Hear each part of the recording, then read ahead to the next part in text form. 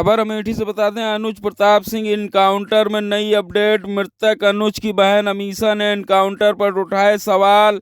वहीं अमीषा ने बताया, ये कानून वास्तव में अंधा है, कोई इंसाफ नहीं मिला। 35 से 40 मुकदमे वाले लोग खुलेआम घूम रहे हैं। मेरा भाई निर्दोष था, उसे इनकाउंटर में मारा गया। सरकार का इनकाउंटर करने का रवैया ठीक नहीं। डकैती कांड में शामिल सभी 14 लोगों का इनकाउंटर होना चाहिए। सजा देने का काम कोर्ट का है, एसटीएफ का नहीं। मेरे भाई को विपिन सिंह और अनुज ने फंसाया है। वहीं बहन अमीषा ने बताया, मेरा भाई निर्दोष है। आपने पहले ही अंदेशा जताया था, क्या कहना चाहती हैं? सर, हम यही कहना चाहते हैं कि पुलिस की वर्दी दी गई है तो उसका गलत फ़ायदा ना उठाएं। जिसके ऊपर 36 केस हैं उसका भी इनकाउंटर करवा देते। जिसके ऊपर एक केस है बेगुनाह है उनका भी इनकाउंटर करवा दिए हैं ये लोग। अगर इसमें 15 लोग शामिल हैं, 14 लोग शामिल हैं तो सबका इनकाउंटर होना चाहिए। ये जो दिखाते हैं ना, ये कानून वास्तव में अंधा है, कोई इंसाफ नहीं मिल रहा है। हम लोगों के ऊपर क्या बीत रही है, हम लोगों की माँ भी नहीं है, पिता हैं हमारे बड़े भाई थे। अगर हमारे पिता कुछ हो गया तो हम लोग सारे कौन थे? हमारे भाई ही तो थे। उन लोगों ने उनका भी बेरहमी से इनकाउंटर कर दिया। हम यही चाहते हैं कि सबका इनकाउंटर हो, इंसाफ मिले।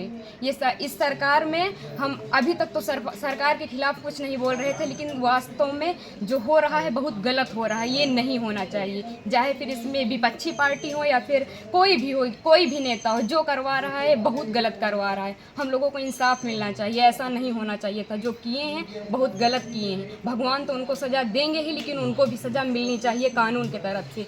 अगर कोई गुनाह करता है तो उसकी सज़ा कोर्ट देता है, ना कि पुलिस ऐसे इनकाउंटर कर देगा। आपके भाई का क्या स्वभाव था, किस तरह से, कैसे आप लोगों के बीच में रहते थे वो? सर, हमारे भाई का स्वभाव एकदम सरल था, पढ़ने लिखने में भी अच्छे थे।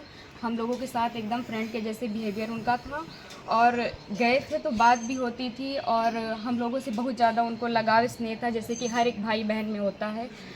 और आज ये सुनने के बाद जैसे लग रहा है कि हम लोगों के ज़मीन पैर से एकदम खिसक गई हो।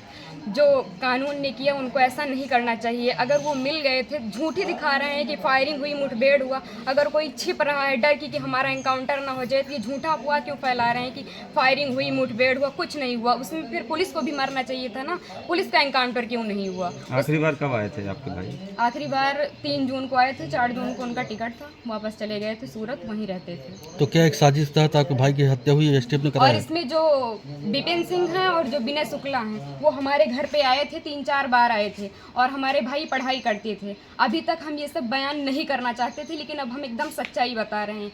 वो लोग उनको लालच देके कि ऐसा गाड़ी होगा, बंगला होगा, वगैरह वगैरह, जबकि भगवान का दिया सब कुछ हम लोगों के पास है, सब कुछ है। लेकिन फिर भी उन लोगों ने लालच दिया, और लालच में ले जाकर उनको सूरत में एक केस में फंसा दिया। उसके बाद वो थे कि नहीं थे ना, ये हम लोगों को पता है।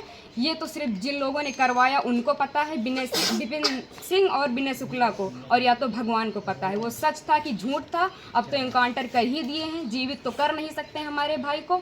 बस हम ये चाहते हैं कि जिन्होंने इनकाउंटर किया उनके ऊपर केस होना चाहिए, कि अगर कोई गुनाह होता है तो उसकी सज़ा कोर्ट देगा, ना कि एसटीएफ वाले या फिर पुलिस वाले। बस हम यही चाहते हैं। ठीक।